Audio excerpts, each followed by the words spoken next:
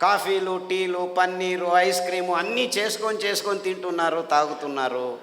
ఈ పాలు తాగటం వల్ల మీ హార్మోన్ ఇంబ్యాలెన్స్ అవుతుంది అని ఎవ్వరూ చెప్పట్లేదు. ఆడవాళ్ళ మూతి మీద మీసాలు మొత్తం ప్రపంచమంతా బయలుదేరాయి. నో ప్రాబ్లం, బ్యూటీ పార్లర్లు పక్కన తెరుచుకొని కూర్చుంటున్నాం మనం. అరే, మూతి మీద ఆడవాళ్ళకి మీసాలు ఎందుకు వస్తున్నాయని ఒక్కరూ అడగట్లేదు. చిన్నపిల్లలు 8 సంవత్సరాలకు ముట్టవుతున్నారని ఎందుకు అని అవటం లేదు. ఏ చర్చలు లేవు, ఏ సదస్సులు లేవు, ఏ విశ్వవిద్యానిలయాల్లో ఈ ప్రశ్నలు ఎవ్వరూ అడగటమే లేదు, ఇంతవరకు అడగటం లేదు. 14 సంవత్సరాలకు ముట్టాల్సిన ఆడవాళ్ళు 8 సంవత్సరాలకు ముట్టెందుకు అవుతున్నారని ఒక్కరైనా ప్రశ్న అడగచ్చా? దీనికి మనం తాగుతున్న పాలే కారణమని ఎవరు చెప్పేదానికి ముందుకు రావట్లేదు. ఎందుకు? పాలు పాలుగా ఉండట్లేదు, ఒక పెద్ద ఇండస్ట్రీ అయిపోయింది. క్షీర విప్లవం, పాలు పరిపూర్ణ ఆహారం అని విజ్ఞాన పుస్తకాల్లో రాసుకొని కూర్చున్నాం. పాలు ఎవ్వరూ తాగకూడని పదార్థమని ఏ డాక్టరు చెప్పట్లేదు. పాలు తాగకుంటే కాల్షియం ఎక్కడి నుంచి వస్తుందని 100కి 100 మంది అందరూ ప్రశ్నలు అడుక్కుంటున్నారు తలలో. కాల్షియం ట్యాబ్లెట్ అని ఒకవైపు నుంచి సప్లిమెంట్ ఇస్తూనే ఉన్నారు. పాలల్లో కాల్షియం ఉంది తాగండి అని ప్రకటనలు చేస్తూనే ఉన్నారు, విజ్ఞానులు చెప్తూనే ఉన్నారు, విజ్ఞాన పుస్తకాల్లో కూడా రాసుకున్నారు. కానీ 100కి 18 మందికి ఆర్థరైటిస్, 100కి ఆస్టియోపోరోసిస్గా ఇప్పుడు 100కి 22 మందికి ఉందంటున్నారు. మరి వీళ్ళు ఇచ్చే పాలు తాగి ఏమైంది, ఇంతమందికి రోగం ఎందుకు వచ్చిందని ఒక్కరూ అడగటం లేదే. అంటే పాల నుంచి మన దేహంలోకి కాల్షియం సరిగ్గా పోవట్లేదని ఎవడు విశ్లేషణ చేసి నిర్ధారించటం లేదే. రండి, ఇలాంటి వాళ్ళందరూ వారానికి ఒకసారి నువ్వుల లడ్డు తినండి. నువ్వుల్లో, మీ పాలల్లో 1 గ్రాము కాల్షియం ఉంటే నువ్వుల్లో 1 కేజీలో 10 గ్రాములు కాల్షియం ఉంది. ఎవడైనా నువ్వుల్లో 10 గ్రాములు కాల్షియం ఉంది, కాల్షియం తక్కువైతే నువ్వుల లడ్డు తినరా అని చెప్పిన డాక్టర్ని ఒక్కరిని చూపిస్తారా నాకు? ఒక ఆవిడ 18 ఏళ్ళ నుంచి ఇలా నడుస్తుంది, నా దగ్గరికి వచ్చింది, క్యాన్సర్ వచ్చింది అని. నువ్వుల లడ్డు తినమ్మా, రావి ఆకు కషాయం తాగు, జామ ఆకు కషాయం తాగు అని చెప్పాను. 18 ఏళ్ళ నుంచి ఇలా నడుస్తున్న ఆవిడ క్యాన్సర్ కోసమని నా దగ్గరికి వస్తే ఇది నిప్పిస్తే 3 నెలల్లో ఇలా నేర్చుకొని ఇలా వచ్చేసింది. ఎవరబ్బా ఈవిడ అని నేను చూస్తున్నాను, నేను మర్చిపోయాను, అంటే గుర్తుపట్టలేకపోయాను అన్నమాట. ఈ ఆస్టియోపోరోసిస్, ఈ లొట్టెలోస్కు, ఈ పేర్లన్నీ మాయమైపోయి, క్యాన్సరు మాయమైపోయి ఆవిడ 18 సంవత్సరాలు ఇలా నడిచిన ఆవిడ ఇలా నేరుగా నిలుచుకొని నడుచుకొని వచ్చింది. అంటే నిజంగా ఈ సప్లిమెంట్స్, విటమిన్స్ ఇవన్నీ దేహానికి సరిగ్గా లోపలికి పోవాలంటే ఈ ట్యాబ్లెట్లలో నుంచి విటమిన్ ట్యాబ్లెట్లు మీ దేహంలోకి పీల్చుకునేదానికి సరాగంగా లేవు అనేది ఈ ఒక్క ఉదాహరణ చాలు. వందల మంది ఆస్టియోపోరోసిస్ జస్ట్ నువ్వుల లడ్డు తినిపించి, కొర్రలు, అండకొర్రలు తినిపించి అలా ఎన్ని బాగా నాకు లెక్కనే లేదు. ఇలా నేను చెప్తూ వెళ్తూ ఉంటే ఆ థైరాయిడ్ ఎవరికి చూడు థైరాయిడ్ ఏమిట్రయ్యా బాబు నాకు తెలియట్లేదని అడుగుతాను. ఎవరికి చూడు thyroid problem. 100 mcg, 50 mcg, 250 mcg, పొద్దునొకటి సాయంకాలం ఒకటి తీసుకోవాల్సిందే. ఎన్ని రోజులు? Life long. 1 వారం కొబ్బరి నూనె, 1 వారం కుసుమల నూనె, సాఫ్లవర్ ఆయిల్ అంటారు, 1 వారం వేరుశనగ నూనె, 3 నెలలు. సామెలు 3 రోజులు, మిగిలిన ధాన్యాలు ఒక్కొక్క రోజు. 3 నెలలు మీరు తీసుకుంటున్న ట్యాబ్లెట్లను అలా పారేసేయచ్చు. పారేయద్దండి పాపం, వేరే వాళ్ళు మన్నులో నానబెట్టి పాడేసేయండి. ఇంత సులభంగా, ఇంత సరళంగా ఇలాంటి భయానకమైన ఆధునిక రోగాలన్నిటినీ మనం మన దేహం నుంచి దూరంగా పారదోలవచ్చు. ఏ ఇబ్బంది లేదు, ఎవరు ఏమీ కష్టపడాల్సిన పని లేదు. కానీ తొందర ఎక్కడ వస్తుంది తెలుసా? ఒక చిన్న అమ్మాయి 21 సంవత్సరాల అమ్మాయి నా దగ్గరకు వచ్చింది, ముస్లిం అమ్మాయి. కళ్ళు ఇద్దరిద్దరు కనిపిస్తున్నారని డాక్టర్ దగ్గరికి వెళ్ళింది. 21 year old గాడు. ఓ ఏం ప్రాబ్లం లేదు, నీకు కన్నులో ఆ నరువు దగ్గర ఒక ట్యూమర్ వచ్చింది, దాన్ని ఆపరేషన్ చేసి తీసేస్తాము అని చెప్పి తీసేశారు. తీసేసిన తర్వాత 3 వారాలకు చెప్పారు, ఇది క్యాన్సర్ గడ్డ, నీకు కీమోథెరపీ రేడియోథెరపీ అన్నీ చేయాలి రా అని పిలుచుకెళ్ళి కీమోథెరపీ రేడియోథెరపీ అంతా చేసేసారు. 3 నెలల్లో అంతా ముగించేసి అమ్మాయి మొత్తం వెంట్రుకలు లేచిపోయి నల్లగా అయిపోయి ఎంత అద్భుతంగా అందంగా ఉన్న అమ్మాయి భయంకరంగా తయారైంది. పర్వాలేదు, ఏం కాలేదు, 6 నెలల్లో మళ్ళీ వెంట్రుకలు వస్తాయని చెప్పారు.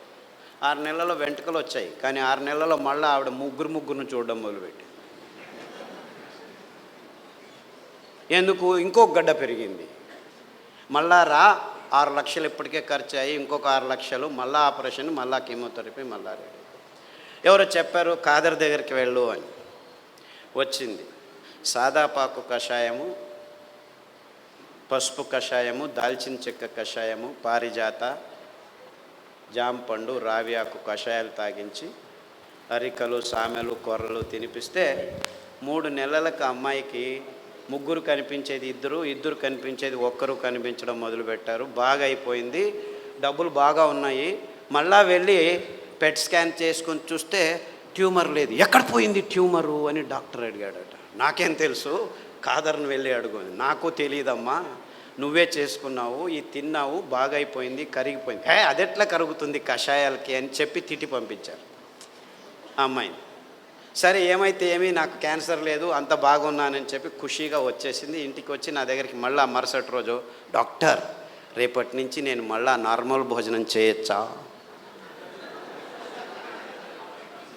అంటే, అదేదో నేను మందిచ్చాను, మళ్ళా వెళ్ళి నేను పలావు, గుడ్లు, బిర్యానీ, హైదరాబాద్ బిర్యానీ, కాశ్మీర్ బిర్యానీ తినొచ్చా?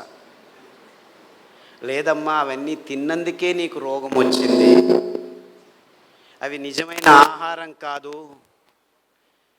ఆహారమే కాదు, మనుషులు తినాల్సిన అవసరం లేదు. నిజమైన ఆహారం ఈ అద్భుతమైన ధాన్యాలు. మన పేద రైతులు ముందు పెంచుతూ ఉన్నారు,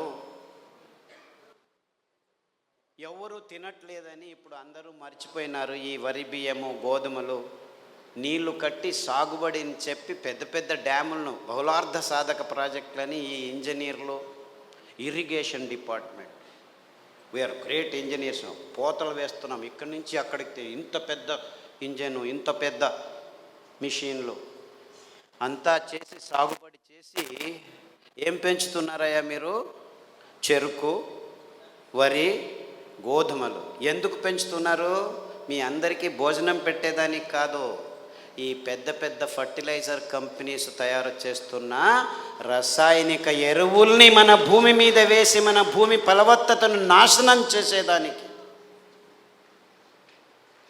ఆ విధంగా నాశనం చెందుతున్న భూముల్లో పెరిగిన ఈ వరి, గోధుమ, చక్కెర మన ప్రజల నోట్లలోకి వెళుతూ లేనిపోని రోగాల్ని సృష్టిస్తూ ఉంటే ఈ విజ్ఞానులు, ఈ విశ్వవిద్యానిలయాలు, ఈ డాక్టర్లు, నీకు డయాబెటీస్ వచ్చిందా, అనువంశీయము, మీ సోదరమామకు ఉండింది, మీ మేనమామ నుంచి వచ్చింది, మీ తాత నుంచి వచ్చింది, మీ ముత్తాత నుంచి వచ్చింది, మా ముత్తాతకు ఈ రోగాలు లేనే లేవయ్యా, 100 సంవత్సరాల క్రితం వెళ్తే ఎవరికీ డయాబెటీస్ లేదు అంటే నీకు తెలియదులే.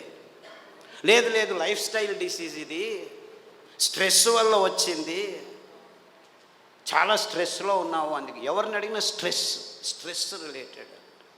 3 సంవత్సరాల పాపకు వచ్చిందయ్యా, ఆ పాపకేమి స్ట్రెస్ ఉందిరా? ఒకరికి కాదు, ఇద్దరికి కాదు, 100కి 5 మందికి వస్తుందిరా నాయన. లేదు చపాతీ తిను పోతుంది. నార్త్ ఇండియాలో అందరూ చపాతీలేరా తింటున్నారు, మనకంటే ఎక్కువ రోగం ఉందిరా వాళ్లకు. ఇలా లేనిపోని కారణాలను చెబుతూ ఉంటే మనం అవునా అని చెప్పి వీళ్ళు చెప్పేదానికి తలలూపుకుంటూ వచ్చి ట్యాబ్లెట్ మీద ట్యాబ్లెట్లు తీసుకుంటూ ఉంటే ఈ డయాబెటీస్ రోగులకి కొన్ని రోజుల తర్వాత కిడ్నీ లేచిపోతుంది జాగ్రత్త అని వాళ్ళే చెప్తారు. కిడ్నీ లేచిపోతుంది, ఏం చేయాలి అంటే no problem, dialysis unit ready చేసాం రండి అంటున్నాడు. గ్యాంగ్రీన్ వచ్చింది, నో ప్రాబ్లం, కాలు తీసేస్తాము అంటాడు. కాలు ఒకేసారి తీయడు, ఫస్ట్ వేలు తీస్తాడు, తర్వాత కాలు తీస్తాడు, తర్వాత ఇంతవరకు తీస్తాడు, 3 సార్లు ఆపరేషన్లు చేస్తాడు. కొత్త కాలు రెడీ చేశాము అంటాడు. న్యూరోపతి, మొనకాళ్ళలో సంధివాతం, diabetic rheumatism, diabetic arthritis, diabetic, అన్నిటికీ డయాబెటిక్ అని పదం ముందు పెట్టేది రోగాల పేర్లు చెప్తుంది. ఒక రోగం ఇప్పుడు 10 రోగాలుగా మార్చి కూర్చు. మొత్తం ఈ రోగాల పేర్లతో ఎంత డబ్బులు ఖర్చు చేస్తున్నారంటే, నిన్న ఏ ఊర్లో సార్, అనంతపురం, ఒక ఆయన వచ్చి స్టేజ్ మీద, నేను భోజనానికంటే మా ఇంట్లో 3 కోసం మందుల కోసం 30,000 నెలకు ఖర్చు పెడుతున్నాను అని చెప్పాడు. భోజనానికి ఎంత ఖర్చు పెడుతున్నాడు? 10,000 ఖర్చు పెడుతుండొచ్చు. In fact it is not his story alone. ప్రపంచంలో ప్రతి ఒక్కరూ, మన దేశంలో పేదవాళ్ళు సమేతంగా పల్లెల్లో కూడాను కనీసం సంవత్సరానికి 28,000 రూపాయలు ఒక్కొక్కరికి డాక్టర్ల జాబితాలో ఈ ఔషధి కంపెనీల లాభాల్లోకి చేరుస్తున్నారు. డయాబెటీస్ ఒక్క రోగానికే ఈ ప్రపంచంలో ఔషధి కంపెనీలు చేసుకుంటున్న లాభం ఎంత తెలుసా? 60,000 శతకోటి రూపాయలు. 60,000 శతకోటి రూపాయలు అంటే మీకేమైనా కళ్ళ ముందు ఎన్ని సున్నాలు వస్తున్నాయి?